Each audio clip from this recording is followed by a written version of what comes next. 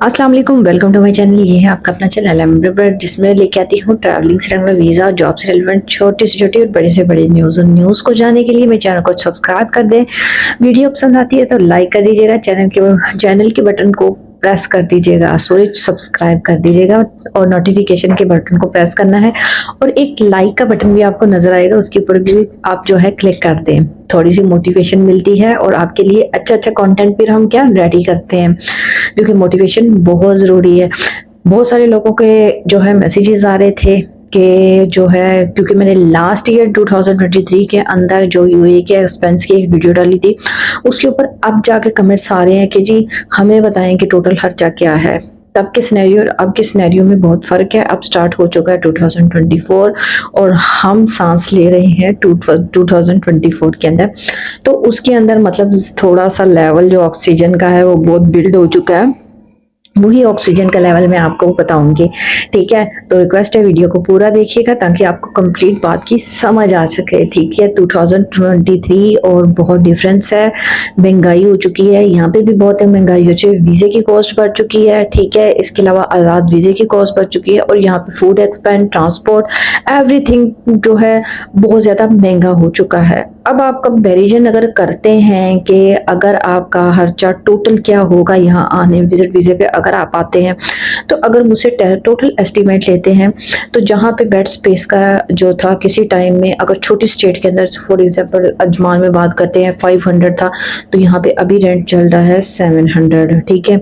और दुबई में अगर बात करते हैं तो पहले 1000 होता तो अब 1500 होता होगा, ठीक है। लाजमी ये जो चीज़ें बहुत ज़्यादा इंक्रीज हो चुकी हैं, इन चीज़ों को आपने अपने जहन में रखना है आने से पहले, ठीक है। और ये बेड स्पेस जो सी होती है वो सेपरेट नहीं होती है, वो क्या होती है आपके जो है सम टाइम रूम के अंदर 4 लोग भी होते हैं, 5 भी होते हैं, 6 भी होते हैं, 4 भी होते हैं, डिपेंड।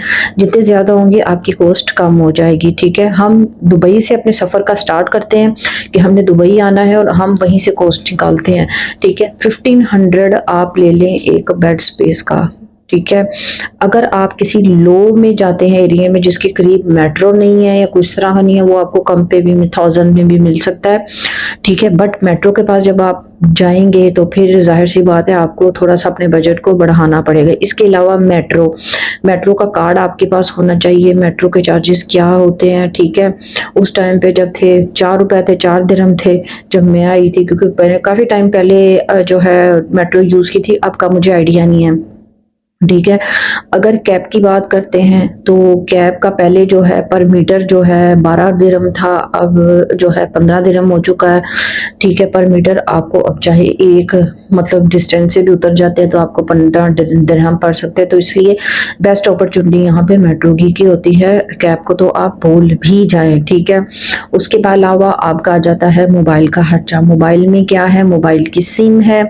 मोबाइल की सिम तो अगर आप लेते हैं तो जाहिर सी बात है अगर उसके अंदर 5 दिरहम का या 10 दिरहम का आप बैलेंस लोड करवाते हैं तो यहाँ पे लोकल कॉल करेंगे तो उसका जो है बहुत ज़्यादा जल्दी मेरे हाल से स्पेंड होना शुरू हो गया है।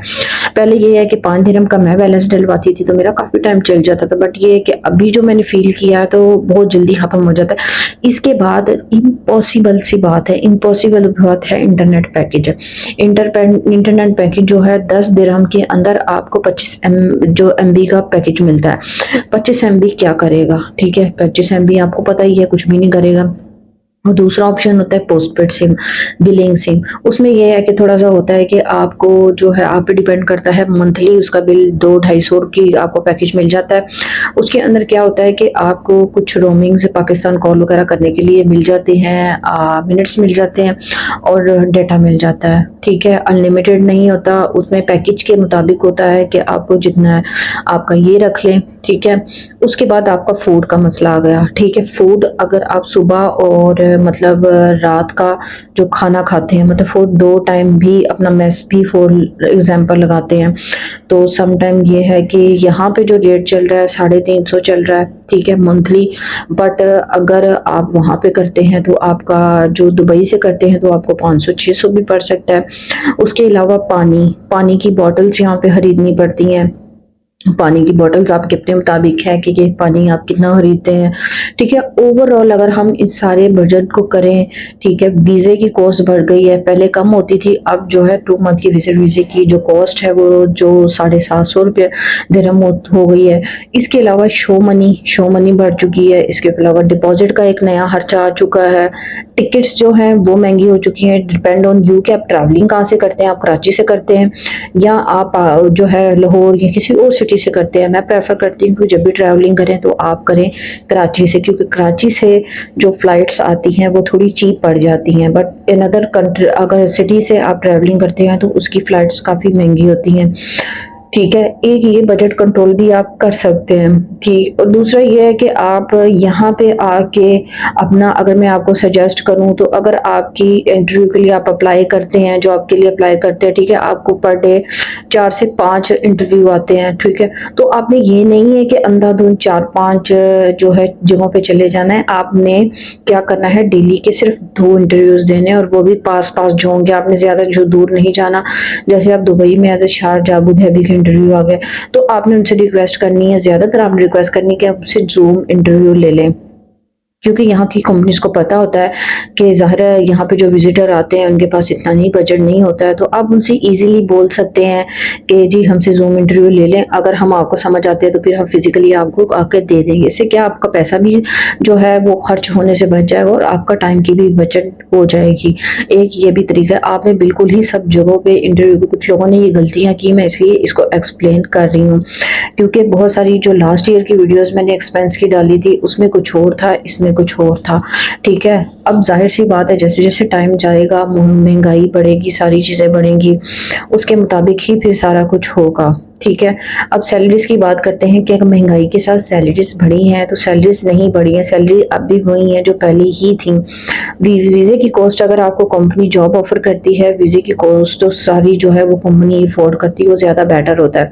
पिक एंड ड्रॉप का जहाँ तक होता है, कुछ सिनेरियोज में कुछ जॉब्स के अंदर कंपनी जो है वो आपको गाड़ी देती है, लेकिन उसके लिए ड्राइविंग लाइसेंस होना ज़रूरी है, वो पहले आपको यहाँ पे लेना पड़ेगा। फिर क्या है कि फिर आपको जो है वो जॉब मिलेगी, या फिर उस गाड़ी को लेने के लिए आपको पहले ड्राइविंग लाइसेंस लेने के लिए एक बहुत ही अलग से प्रोसीजर होता है, फाइल ओपन होती है, इसके अंदर भी आपका 10,000 जो है दिरहम जो है लग जाता है, ठीक है। इसके अलावा अगर आप अपना सेपरेट से लेते हैं कुछ भी इस तरह का, वो ज़ाहिर सी कॉस्ट बहुत बढ़ जाती है, एक विजिटर तो ये अफोर्ड नहीं कर सकता। तो विजिटर के लिए 5 से 6 खर्चे ही होते हैं, जैसे कि हो गया वीज़े का, टिकट्स का और फूड का, और इसके अलावा मोबाइल का, ट्रांसपोर्ट का, ठीक है। ये सारे खर्चे हैं जो कि लगभग करते करते आपको अपने अंदर पॉकेट में कितने पैसे रखने चाहिए, फाइनल हम ये बात करते हैं, वीडियो को ज़्यादा लंबा नहीं करते।